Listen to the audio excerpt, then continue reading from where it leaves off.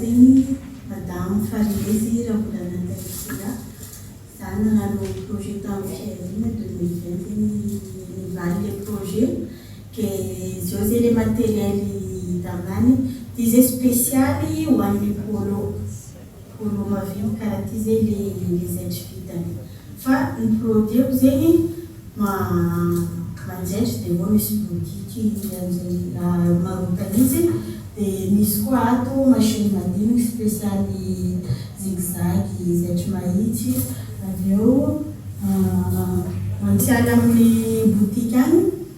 le lambahoany karaha ty zay mampiavaka boutique nakahy eto Diego manjaitry lambahoany